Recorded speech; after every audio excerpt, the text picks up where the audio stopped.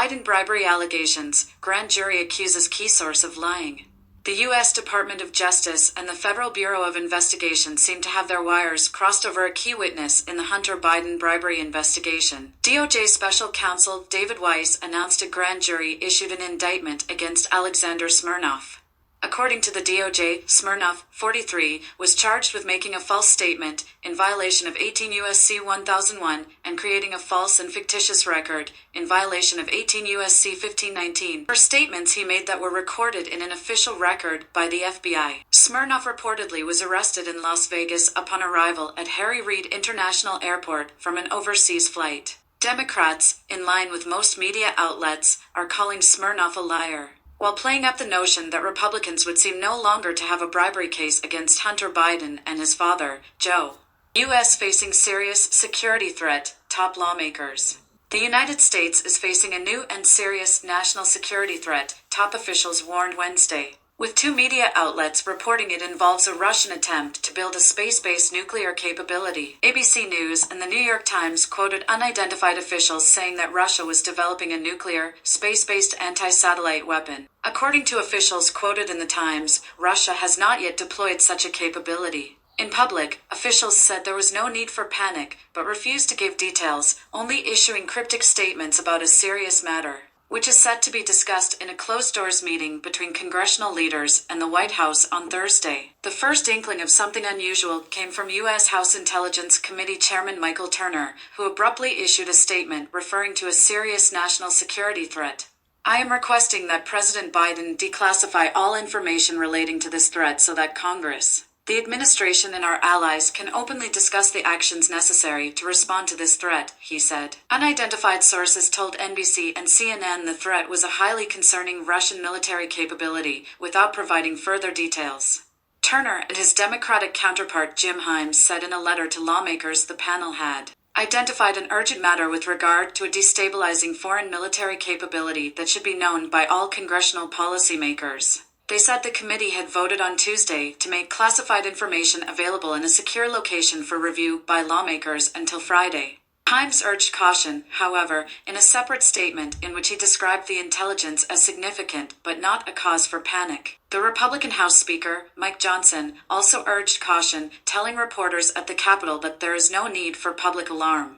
Trump wants delay in election interference trial as Jack Smith continues to trash democracy. President Trump has asked the Supreme Court to lengthen the delay in the trial that comes from special counsel Jack Smith's 20202 election interference fantasy, stating that he has presidential immunity that protects him from prosecution. The former president's lawyers filed an emergency appeal with the Supreme Court Monday afternoon, only days following a ruling in the matter by the D.C. Appeals Court says that Trump, who is the 2024 Republican frontrunner for president, is not immune from being prosecuted in Smith's case. Trump's request asks for temporary relief to stay or block the appeals court decision from taking place. The purpose is to give Team Trump more time to file an appeal in the Supreme Court to decide whether a former president has immunity from criminal prosecution on action that were taken while in office, a matter that has held the standard that is in favor of Trump. The trial that comes from Smith's case remains on hold, awaiting a resolution of the immunity decision. The Justice Department could request an expedited decision of the initial emergency appeal. The result will be that such prosecutions will be common, leading to a destructive cycle of recrimination. This will cast a looming shadow over every future presidency by weaponizing every political opponent by extortion or blackmail with an explicit or implicit threat of indictment by future hostile administration. This prosecution will only trash democracy for generations.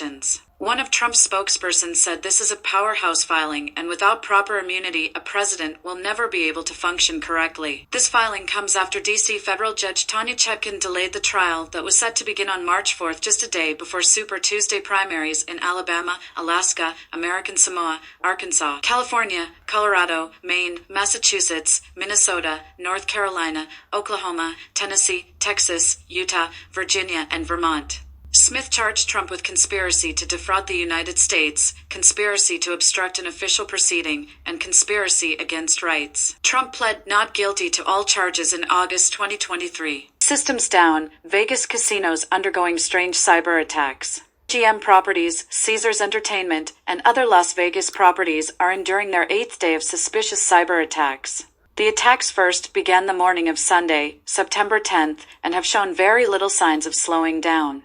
The very next day, September 11th, came an onslaught of system failures throughout MGM properties, leaving websites, ATMs, slot machines, and majority of financial transactions disabled at the area, and throughout other casinos under the MGM umbrella. It appeared that September 12th and 13th got the worst of the attacks, as they had spread from MGM properties to Caesars Entertainment. All apps, websites, and phone lines were knocked out at both casino umbrellas. Guests had limited access to any kiosks, ATMs, and credit card transactions within these casinos. Many have also reported unusual charges to their credit cards, but have not been able to view their charges and receipts during their stays. Elevators have been down, and people have been kicked out of their hotel rooms with faulty room keys. All employee portals had gone haywire, leaving employees no choice but to check in and cash out guests by hand. According to a local source in the Las Vegas area, people are just abandoning machines with money still left in them. This all comes at the speculation of a group of cyber attackers being paid off an estimated $30 million by Caesars Properties, for reasons still unknown. MGM Properties released a statement in an attempt to alleviate public concerns and have since offered free parking at all of their casinos. Signs finally seem to turn in the right direction on September 14th, with systems beginning to come back online, and property amenities such as restaurants, shows, and spas up and running once again. Employees at all of the casinos under attack have also been assured that they will still receive their paychecks on time. When September 15th rolled around, many casinos picked up their foot traffic. Signage could be found everywhere, making guests aware of the current cyber situation. At MGM Properties, credit card transactions still were under caution, and rooms could only be booked via third-party providers. On September 16th, a massive outage was reported at the Venetian Resort. No other reports have been made about the condition of the casino since the outage took place. By September 17th, services at MGM Properties had been disclosed to be in full operation, though there continues to be evidence suggesting otherwise. MGM Properties' website remains the hub for frequently asked questions on the pressing cyber issue. In addition, Harrah's Hotel and Casino is facing abnormal outages, but is not disclosing any further details on the situation. It's the next era of the Taylor Swift travel boom. Are you ready for it? According to a Skyscanner travel trends report, 44% of Americans polled would take a short flight to see their favorite musician or band in concert, with 18% saying they'd fly farther. That rises to 60% if it means paying less for concert tickets. In 2024, these gig trip travelers combine their curiosity for new experiences and desire to explore the world with their love of their favorite artist to craft once-in-a-lifetime vacations. One show definitely fueling global travel, the record-breaking Taylor Swift Eras Tour resumes this month with 85 sold-out stadium shows in Asia-Pacific, Europe, Canada, and the United States. According to Lighthouse data, the Eras Tour will create the highest room rate of the year for each city it passes through. For example, Amsterdam hotels are up $173, Cardiff, Wales is up $162, and Dublin is up $108. The demand for the August concert weekend in Vienna is notably higher compared to other weekends, with several five-star properties and accommodations near the stadium already fully booked. Adds Helen Bichna, B2B Communication and Media Relations, Austrian Tourist Office, Inc., a Virtuoso preferred partner. The anticipation surrounding Taylor Swift's concerts has undeniably created a surge in demand for accommodations, reflecting the significant impact on tourism in Vienna during this period. Trump promises to restore gun freedoms in Pennsylvania speech. Former President Donald Trump said Friday he'd never limit gun rights for Americans amid surging crime, border insecurity, and global instability, all side effects of a Democratic administration he deems corrupt and immoral. Now I stand before you with a very simple promise. Your Second Amendment will always be safe with me as your president, he said. When I'm back in the Oval Office, no one will lay a finger on your firearms. It's not going to happen. Trump's pledge came during a 75-minute speech at the Great American Outdoor Show in Pennsylvania's capital city of Harrisburg as he chases the Republican presidential nomination. Even as they turn America into a crime-ridden, gang-infested, terror-filled dumping ground, Joe Biden and his thugs will do everything in their power to confiscate your guns and annihilate your God-given right to self-defense, he said.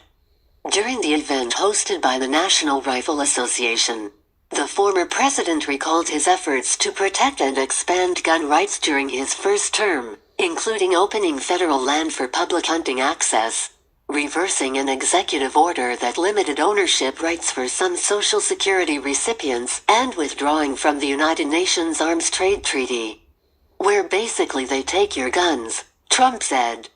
He also committed to undoing a federal rule that recategorizes pistol braces as short-barreled rifles, compelling registration of the weapons lest owners face a felony charge punishable by up to 10 years in prison. 25 states have challenged the rule in federal court. Without his intervention, Trump painted a bleak picture.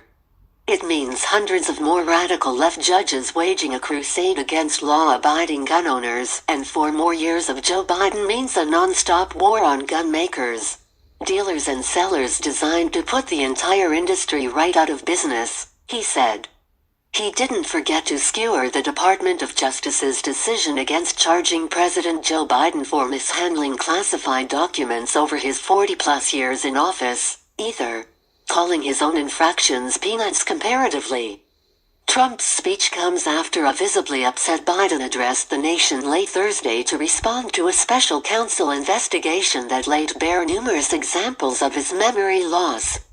The blockbuster special counsel report, while clearing Biden, sparked questions about the 81-year-old president's mental fitness when it called him an elderly man with a poor memory. Trump didn't mince words on Friday, warning that the world teeters on the edge of World War III. "We have a guy that can't put 2 sentences together and he's in charge of negotiations with Russia, with China, with North Korea," he said.